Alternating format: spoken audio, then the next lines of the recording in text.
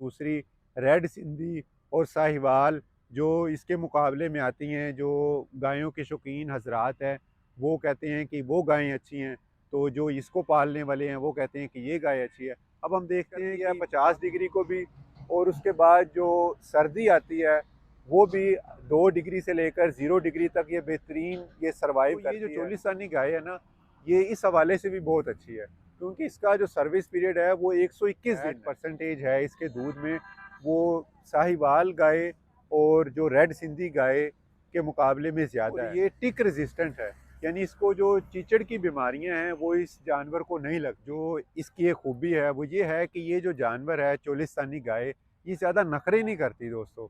अस्सलाम वालेकुम नाजरीन, मैं हूं मोहम्मद नुमान इसहाक और आप देख रहे हैं हमारा यूट्यूब चैनल फार्मिंग डायरी। दोस्तों उम्मीद करते हैं कि आप सब लोग खैर वाफियत से होंगे। आज हम आपको बताने लगे हैं कि चोलिस्तानी गाय क्यों पाकिस्तान में दिन ब दिन शोहरत हासिल कर रही है। और दोस्तों ख़ास करके इसकी जो मकबूलियत है वो जनूबी पंजाब में बहुत ज़्यादा है। उसकी सबसे बड़ी वजह ये है कि ये गर्मी को बर्दाश्त करने वाला जानवर है। और दोस्तों आपको पता है कि जनूबी पंजाब में गर्मी तो बहुत ज़्यादा पड़ती है। इसमें जो 3 डिस्ट्रिक्ट हैं, बहावलपुर, भावल नगर और रहीम यार खान, ये चोलिस्तान इनमें शामिल है, ये चोलिस्तान के साथ लगते हैं।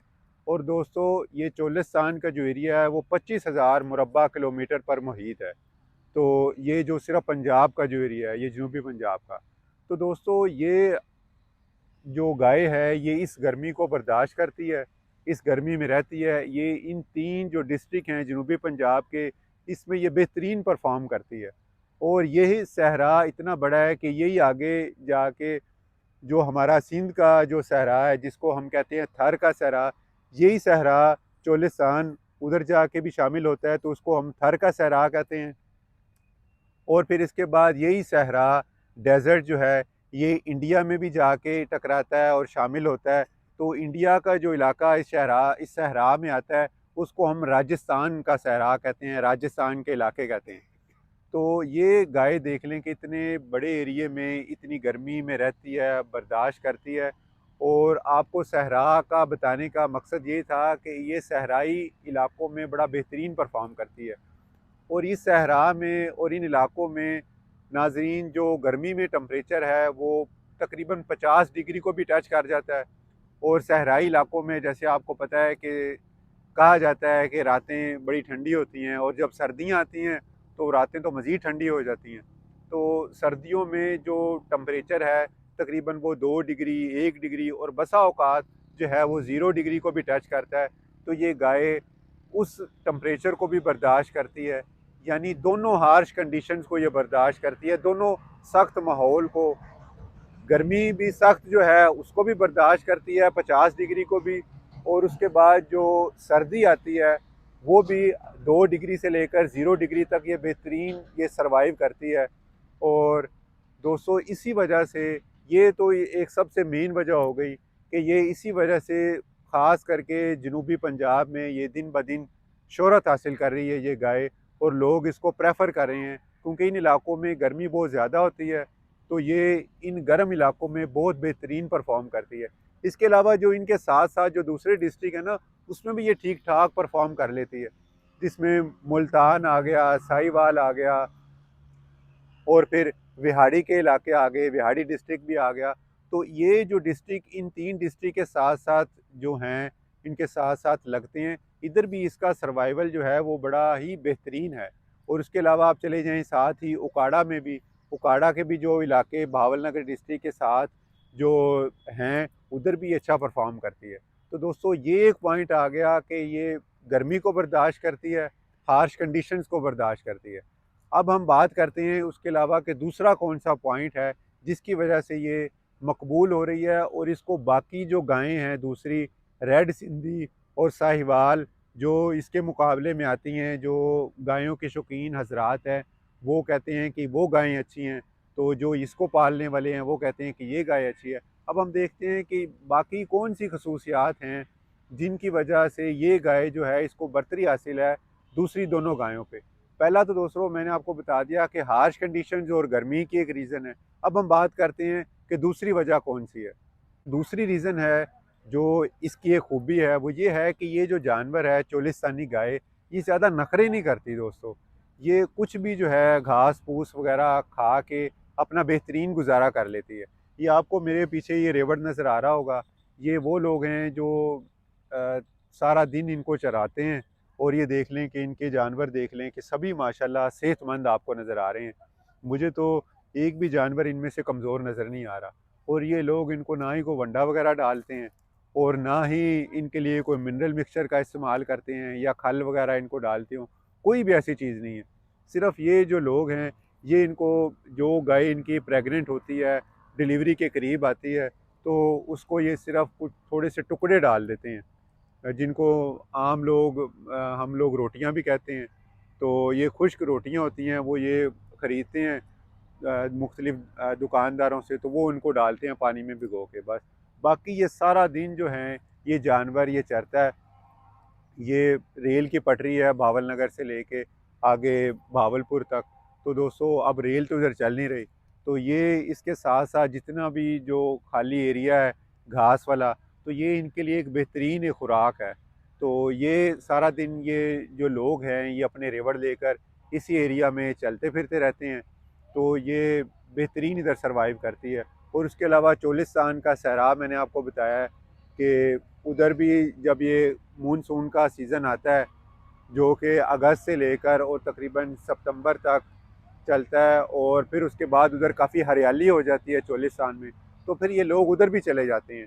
अक्टूबर तक ये उधर सर्वाइव करते हैं।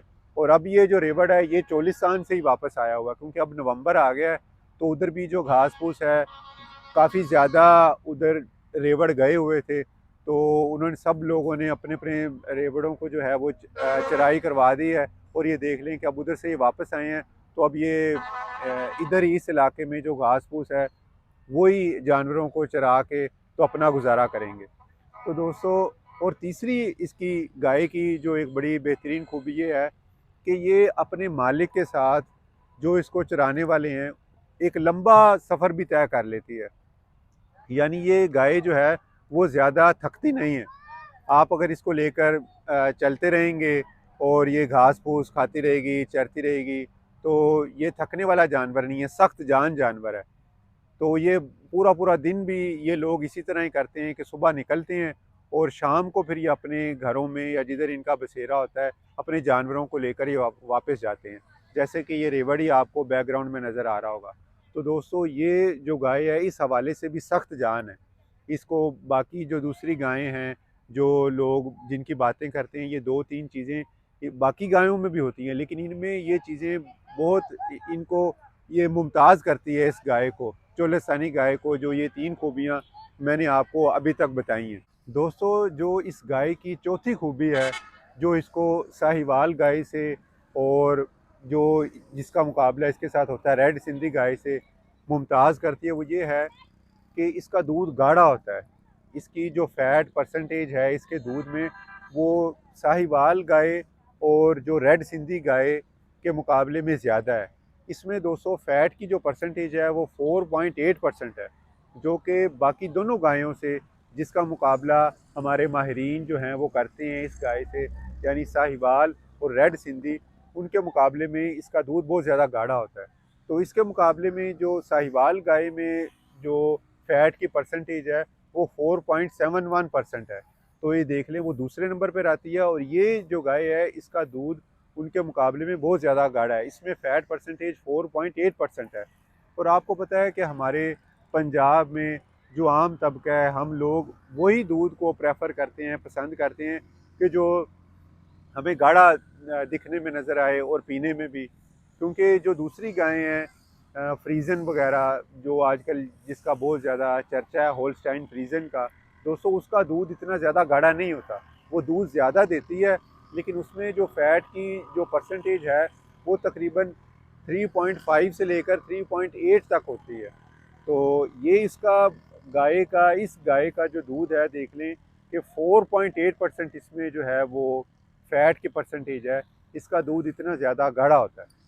और दोस्तों, इसकी पांचवी खूबी मैं आपको बताने लगा हूँ सर्विस पीरियड के हवाले से। मैंने आपको पहले भी बताया था कि सर्विस पीरियड कहते हैं कि जब एक गाय माँ बनती है और माँ बनने के बाद जब वो यानी बच्चा डिलीवर होता है वो माँ बन जाती है। माँ बनने के बाद वो जब दोबारा प्रेग्नेंट होती है तो माँ बनने से लेके दोबारा जो उसकी प्रेगनेंसी का जो पीरियड होता है उसको कहते हैं सर्विस पीरियड। यानी जो गाय एक बार माँ बनने के बाद दोबारा जल्दी प्रेग्नेंट हो जाती है तो हम लोग और जो लाइफ स्टॉक के लोग हैं, डॉक्टर हजरात, वो कहते हैं कि वो गाय ज़्यादा अच्छी है। तो दोस्तों ये जो चोलिस्तानी गाय है ना, ये इस हवाले से भी बहुत अच्छी है क्योंकि इसका जो सर्विस पीरियड है वो 121 दिन है। यानी ये एक बार बच्चा पैदा करने के बाद जो है 121 दिन के अंदर दोबारा प्रेग्नेंट हो जाती है। तो ये भी इसका सर्विस पीरियड जो है वो साहिवाल गाय से और जो दूसरी है इसके मुकाबले में रेड सिंधी, इन दोनों गायों के मुकाबले में इसका सर्विस पीरियड बहुत अच्छा है।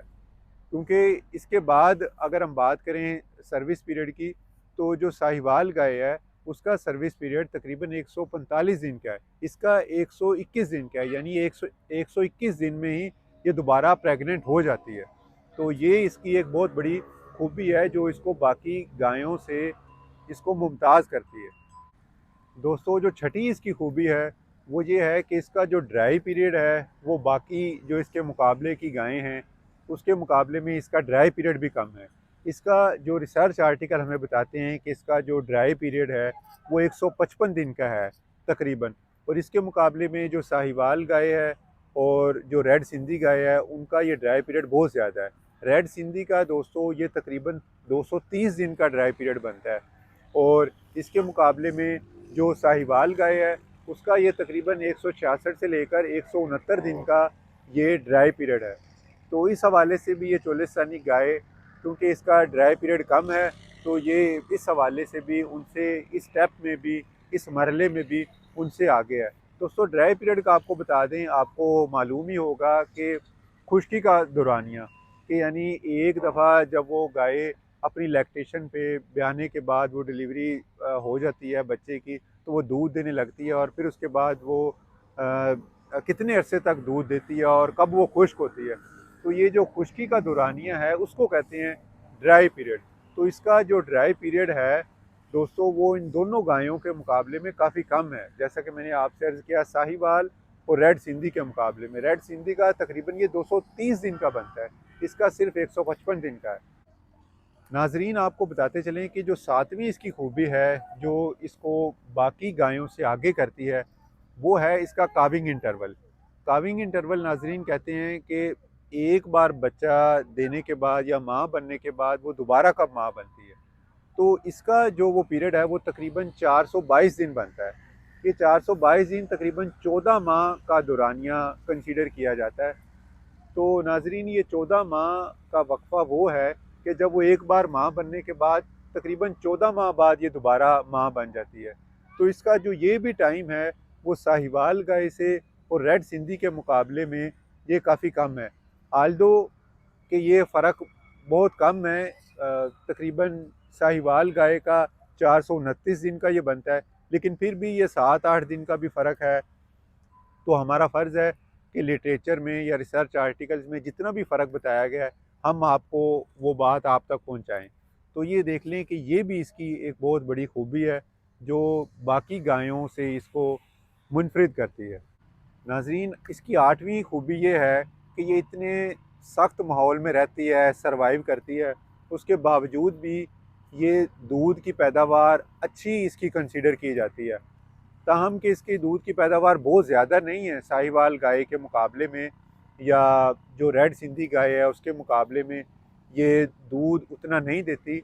लेकिन इसको हम इस वजह से भी सेटिस्फैक्ट्री कह सकते हैं कि ये हार्श कंडीशन में रहती है, यानी ये सख्त माहौल को बर्दाश्त करती है और इसके बावजूद भी ये तकरीबन 8 किलो दूध जो है वो रोज़ाना का देती है, 8 से 10 किलो।